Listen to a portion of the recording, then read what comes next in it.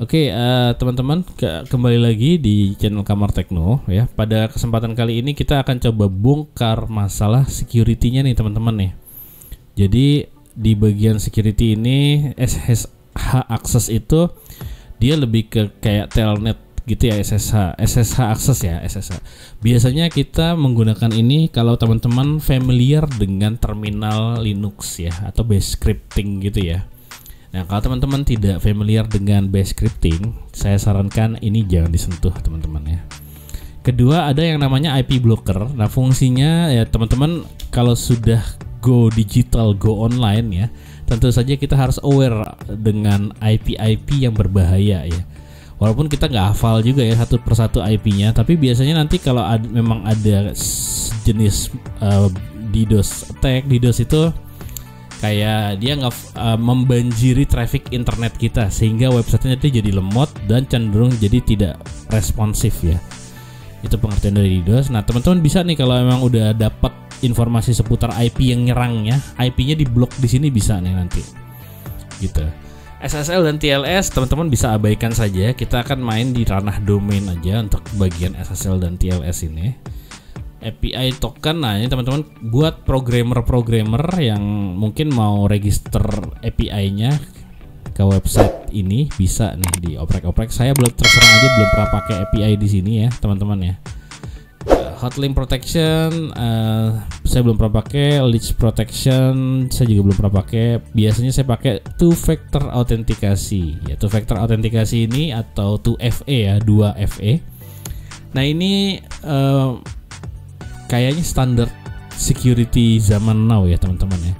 Jadi cara kerjanya tuh FA ini sama kayak OTP code pada bank gitu ya. Pada saat kita berhasil login yang pertama kali, nah dia akan kirim login konfirmasi untuk memperbolehkan kita login kedua kalinya di sistem ini gitu. Jadi pintu gerbangnya ada dua nih. Pada saat tujuannya kenapa dibikin dua kayak gini? Jadi pada saat sebetulnya ini ada hubungannya dengan serangan hacker populer pada eranya ya kayak kalau teman-teman familiar dengan serangan MITM ya, Man in the Middle Attack. Nah, ini adalah salah satu solusi untuk menangani kasus-kasus serangan seperti ini ya teman-teman ya. Jadi pada saat taruhlah username dan password teman-teman keambil nih sama hackernya. Nah, habis itu kan dia minta login untuk pintu yang kedua ya. Nah, sebelum dia bukakan pintu yang kedua, dia akan kirim notifikasi dulu ke handphonenya teman-teman. Kirim kode notifikasi. Nah, kode itu jangan teman-teman kasih ke hackernya. Itu sama aja kasih kunci rumah ya. Gitu. Kode itu kalau sampai keluar artinya ada seseorang berusaha menerobos masuk ke dalam website kita. Gitu ya poinnya ya.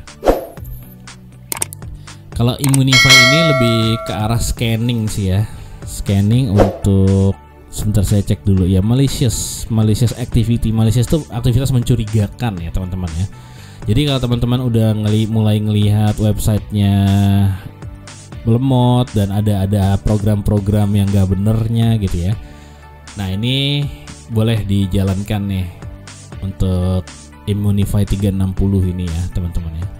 Oke, kalau saya pribadi ya, kalau teman-teman selama teman-teman menggunakan websitenya berbasiskan CMS WordPress ya, jangan pernah pakai null plugin ya atau plugin bajakan gitu. Nah, apa sih plugin? Nanti kita bahas ya di beberapa sesi ke depan gitu. Oke, paling untuk bagian security ya nggak perlu saya demoin juga ya satu-satu di sini. Kira-kira overview-nya seperti itu ya. Kalau boleh saya highlight di bagian security itu yang penting adalah two factor autentikasi sih. Ini paling penting nih. Supaya apa? Supaya cPanel teman-teman tidak gampang kena retas ya. Itu poinnya. Oke, segitu aja dulu penjelasan untuk area security-nya. Kita akan masuk ke bagian software dan kita akan langsung demokan gimana instalasi WordPress via Softaculous ya. Oke, ditunggu materi berikutnya teman-teman.